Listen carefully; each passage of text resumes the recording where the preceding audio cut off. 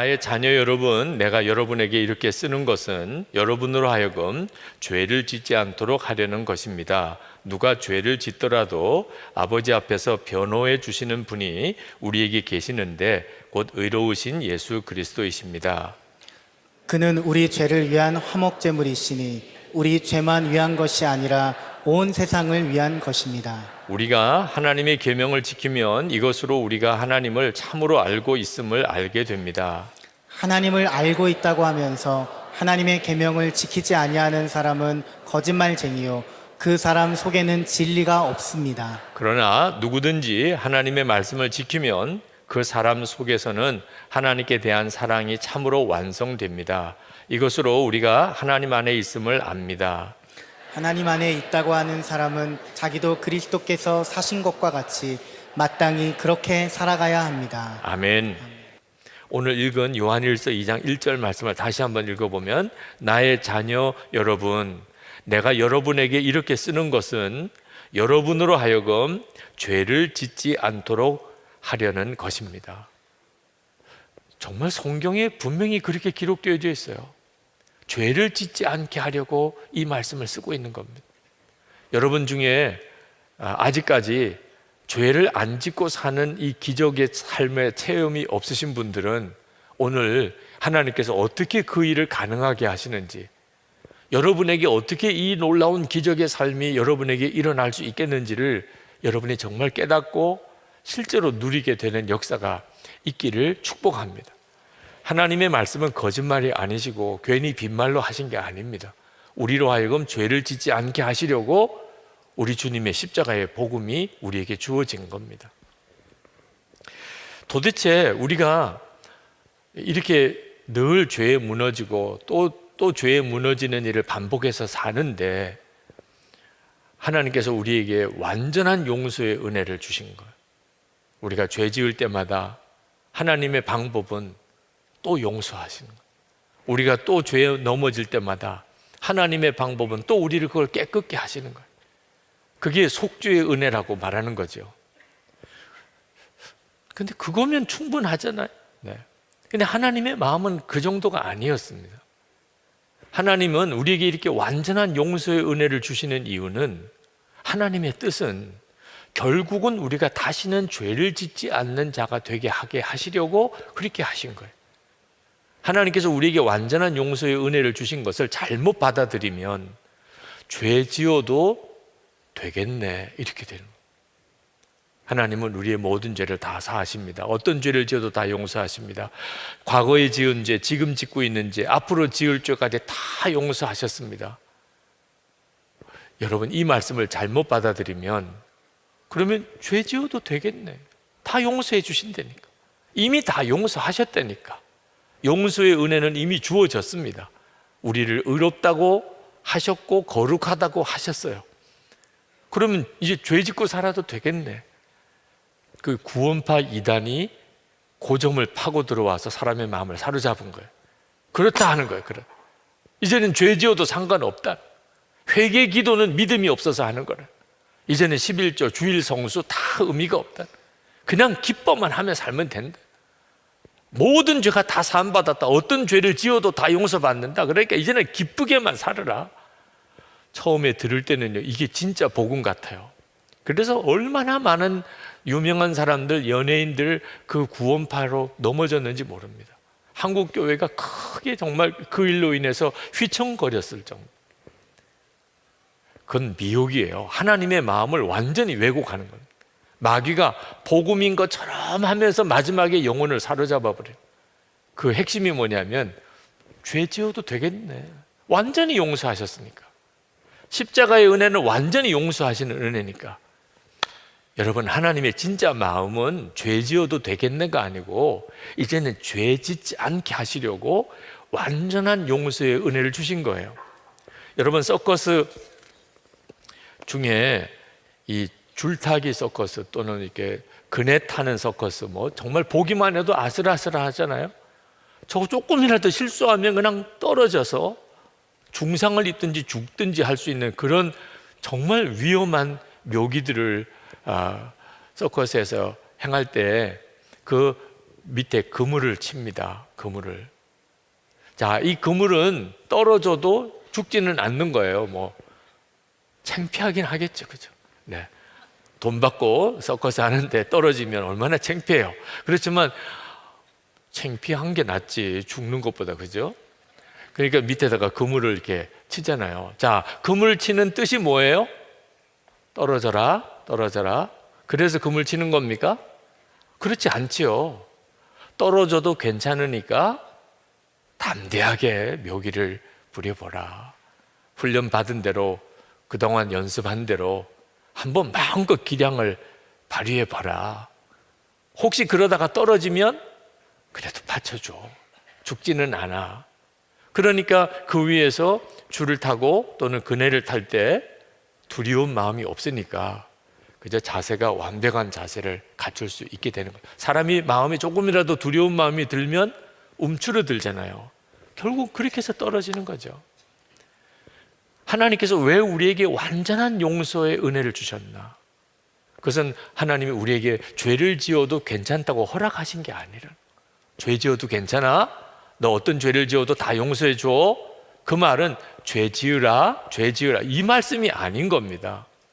너가 혹시 그렇게 믿음으로 살아보려고, 말씀대로 살아보려고 하다가 여전히 육신을 가지고 살기 때문에 또 미혹을 받거나 또 넘어질 때가 혹 있어도 내가 끝까지 받쳐준다. 다시 일어나게 해줄 거야. 두려워하지 마. 믿음으로 살아봐. 용기 있게 믿음으로 나가봐. 실제로 여러분 믿음으로 살아보려고 하면 두렵습니다. 하나님의 말씀대로 살아보려고 하면 두렵습니다. 그건 우리가 여전히 육신을 가지고 있으니까 그런 거죠. 그럴 때 하나님께 우리가 가져야 될 것이 뭐냐면 믿음의 용기인 거예요. 나만 하나님을 사랑하고 헌신하는 게 아니고 정말 만복의 근원이신 하나님, 그분이 나의 아버지시고 내 모든 삶을 책임져 주시는 분이 그분이시라. 이 사실이 믿어지면 그러면 믿음의 걸음을 디딜 수 있죠. 그리고 간증이 있는 거예요. 물 위를 걸어 보았으니까 베드로가 물 위를 걷는 사람이 된 거죠. 구경만 했던 배 안에 있었던 다른 제자들은 구경밖에 한 게 아니죠. 자기가 물 위를 걸어본 경험을 못한 거죠. 왜? 내려서지를 않았으니. 우리 안에 믿음으로 살아보려고 순종의 걸음을 내디딜 때 두려움이 있어요. 그때 하나님이 혹 넘어져도 내가 책임져 준다. 믿음으로 살아가려고 할 때 혹 넘어져도 책임져 준다는 이 완전한 용서의 은혜는 해당되는 사람이 있어요. 어떤 사람에게 해당되는가? 나는 죽고 예수로 사는 믿음이 분명한 사람, 이제는 예수님이 내 마음에 계시다고 완전히 믿고 이제는 주님과만 동행하고 예수님이 내 주인이라고 고백하고 사는 사람에게 완전한 용서의 은혜가 있는 거예요. 우리가 육신을 가지고 있으니까 불쑥 혈기가 또 나오기도 하고 나도 모르게 그냥 유혹에 또 넘어지기도 하는 단계를 거치겠지만 그때마다 주님은 하나님 앞에서 변호해 주신다는, 저가 죄를 지었지만 이미 저와 나는 죽고 예수는 사는 사람이란 믿음으로 하나가 되었습니다. 내가 저의 죄를 지고 십자가에 이미 죽었으니 저가 지은 죄는 이미 다 하나님 다 갚으셨습니다. 그러니 저를 용서해 주시고 깨끗하게 하소서. 모든 사람에게 그 은혜가 임하는 게 아닙니다. 이제는 예수님을 믿고 예수님 나의 생명이시라고 믿고 사는 성도에게 그 역사가 일어나는 겁니다. 3절 4절 말씀을 보면 우리가 하나님의 계명을 지키면 이것으로 우리가 하나님을 참으로 알고 있음을 알게 됩니다. 하나님을 알고 있다고 하면서 하나님의 계명을 지키지 아니하는 사람은 거짓말쟁이요 그 사람 속에는 진리가 없습니다. 여러분, 하나님을 여기서 안다고 하는 표현은 지식을 말하는 게 아닙니다. 하나님과 친밀한 사귐이 있는 거죠. 여러분, 유기성 목사 아십니까? 그러면 아마 오늘 여기 오신 분들은 적어도 그냥 아신다고 대답할 거예요. 그죠? 네, 유기성 목사는 압니다. 그건 지식이죠. 그죠? 근데 만약에 누가 저에게 여러분 중에 한 분, 제가 전혀 모르는 분을 저에게 물어봐서 그분 목사님 안다고 그러던데 목사님 그분을 아십니까? 그러면 솔직히 저는 그분은 잘 모릅니다. 그게 서로 안다고 하는 말은 같은 말이지만 사귐이 없는 관계는 진정한 의미에서 아는 게 아닌 거예요. 우리가 예수님을 믿어도 어떻게 믿어야 이 완전한 용서의 은혜를 받은 사람이냐 하면 예수님이 정말 마음에 임하셔서 주님과 살아있는 교제를 하고 있는 사람, 행복하게 주님과 동행하는 사람인 경우에 어떤 죄를 지어도 주님이 용서하시고 또 씻으시고 다시 세워주시는 은혜를 받는 거예요. 그리고 그는 하나님의 계명을 지키고자 하는 간절한 마음의 소원이 있습니다. 예수님을 영접했으니까. 그러고도 또 넘어지는 경우가 있습니다. 하나님이 다시 씻어주세요. 얼마든지 다시 일으키세요.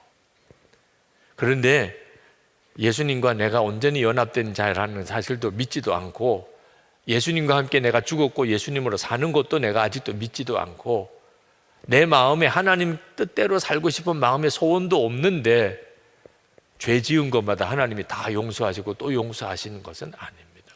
하늘 보좌에 계신 하나님, 그 거룩하신 하나님, 그분이 내 마음 안에, 그 영이 내 마음 안에 임하셔서 내 안에 거하세요. 그러니 내 안에 계시는 주의 심정은 정말 말할 수가 없이 사실 힘드실 거예요. 그러나 그게 하나님이 우리에게 주신 은혜예요. 정말 더럽고 추하고 말할 수 없이 참 하나님 보시기에 악하지만 우리 안에 주님이 와 계세요. 이것이 우리가 누리는 은혜예요. 여러분이 이걸 교리로만 절대로 생각하면 안 됩니다. 이것은 실제예요. 지금 주님은 내 안에 그렇게 와 계세요. 여러분이 그걸 알기만 하면, 그걸 몰랐기 때문에 우리 주님은 내 안에 오셔서 정말 탄식하고 근심만 하시는 거예요. 그런데 내가 그 사실을 이제는 분명히 기억하고 살기로 정했어요. 주님, 제 안에 계시지요. 주님, 제 안에 계시지요. 그때부터 우리는 이제는 아무 생각이나 못하게 됩니다. 전에는 별의별 더럽고 음란한 생각 다 마음에 품고 누가 알겠어요? 겉만 멀쩡하게 하고 있으면 누가 내 속에 온갖 더럽고 악한 생각하는지 누가 알겠냐 말이에요. 별의별 때 다 가고 별의별 사람 다 만나고 그래도 뭐 내 아는 사람 눈만 피하면 되지. 근데 이제 내 안에 계시는 주님을 내가 의식하기 시작하면서부터 이제는 그렇게 살 수가 없더란 말이에요. 이것이 예수 믿는 사람을 거룩하게 죄 안 짓게 만드는 하나님의 계획이에요. 그렇게 주님을 모시고 살다가도 순간순간 그냥 육신에 나도 모르게 확 넘어지고 이런 일이 있을 수 있죠. 그때마다 주님이 다시 나를 세우시고 다시 일으키시고. 여러분 5절 말씀에 보십시오. 그러나 누구든지 하나님의 말씀을 지키면 그 사람 속에서는 하나님께 대한 사랑이 참으로 완성됩니다. 우리가 예수님을 믿는 것은 예수님을 사랑하는 거예요. 저는 그걸 정확하게 몰랐을 때는 그냥 교회 다니는 것이 예수 믿는 거라고 생각했어요. 거기에는 사랑이라는 게 빠져 있습니다. 제가 어릴 때 열심히 교회 다닐 것도 없어요. 그냥 집이 교회니까. 그냥 눈 뜨면 교회에서 눈 뜬 거고 잠은 교회에서 자는 거예요. 교회랑 붙어있는 사택에서 살았으니. 근데 하나 없었어요. 사랑, 주님을 뜨겁게 사랑하는 마음. 그냥 교회에서 산 거예요. 그냥 열심히 교회 다닌 거예요. 예배 한 번도 빠지지 않았어요. 그것도 예수를 믿는 거죠. 그죠? 열심히 믿는 거죠. 목사 아들이니까 뭐 당연히 그렇겠죠.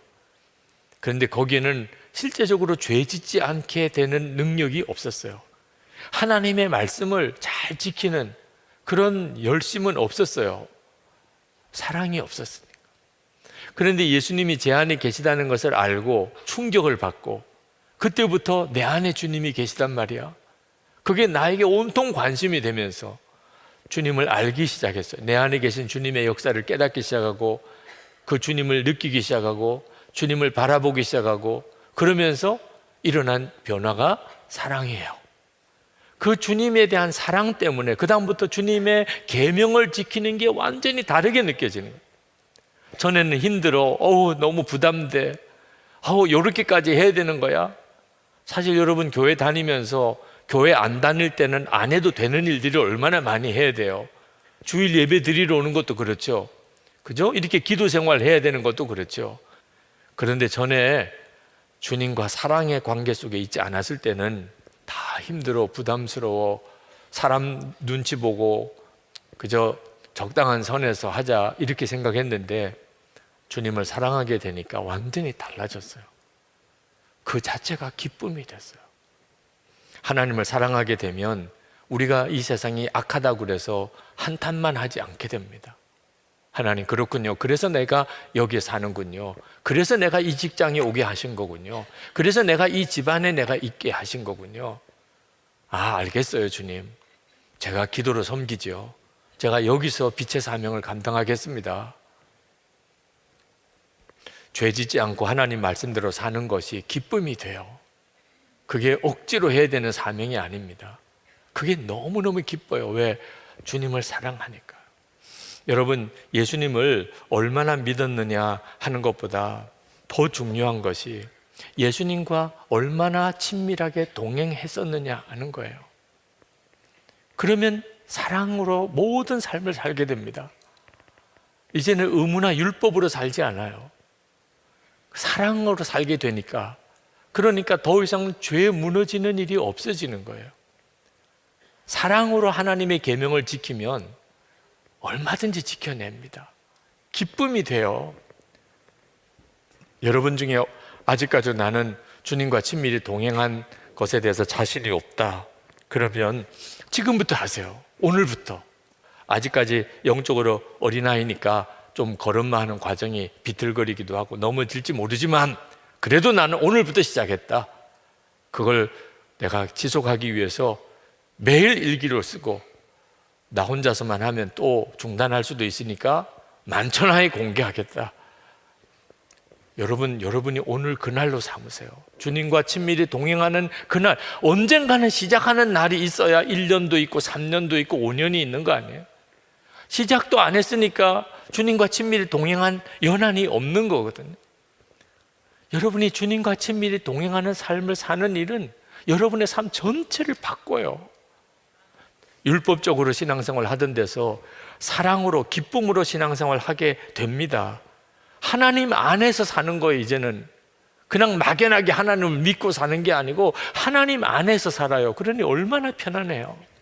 5절 말씀, 6절 말씀 보면 이것으로 우리가 하나님 안에 있음을 압니다. 6절에 하나님 안에 있다고 하는 사람은 자기도 그리스도께서 사신 것과 같이 마땅히 그렇게 살아가야 합니다. 하나님 안에서 산, 이제는 하나님이 멀리 계신 하나님이 아니에요. 내가 하나님 안에, 주님이 내 안에 거하십니다. 그렇게 되면 하나님의 계명을 지키는 게 전혀 달라진다는 거예요.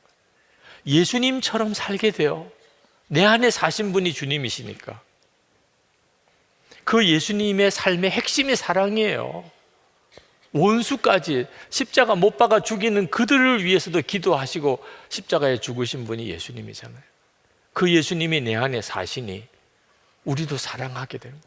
하나님을 사랑하고, 그리고 나에게 잘못한 이들에게도 사랑하고. 에녹도, 노아도, 아브라함도, 모세도, 다윗도, 사도 요한도, 사도 바울도 다 그 마음 중심에 하나님을 향한 뜨거운 사랑이 있어서 그렇게 살았던 거예요. 어떻게 하면 하나님을 사랑할 수 있을까요? 노력해서 되는 거 아닙니다. 그게 노력으로 성취될 문제가 아니에요.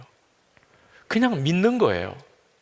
실제로 제가 경험해 보니까 예수님이 내 안에 계시다는 것을 정말 믿는 거, 거기서부터 시작하는 거예요.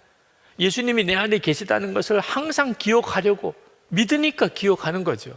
항상 생각하는 거예요. 그러다 보니까 어느 순간에 주님을 사랑하게 되더라고요. 사랑하게 되는 거예요. 그냥 주님이 그렇게 만들어 주세요. 우리가 하는 일은 믿음 그것밖에 없어요. 예수님 내 안에 계시다. 여러분, 죄 짓지 않게 되어지는 삶, 그 기적이 우리의 삶 속에 계속 매일 일어나야 합니다. 죄를 용서받는 은혜 이미 누리고 있고, 그죠? 여러분 이제 또 하루를 또 새롭게 주님이 내일 주실 때, 오늘은 육신에 끌려 살지 않는 기적, 전에는 늘 넘어졌는데 이제는 육신에 끌려 살지 않는 기적을 경험하는 놀라운 축복의 하루입니다. 그렇게 우리 인생이 바뀌고 하나님 역사가 나타나는 삶이 되는 겁니다.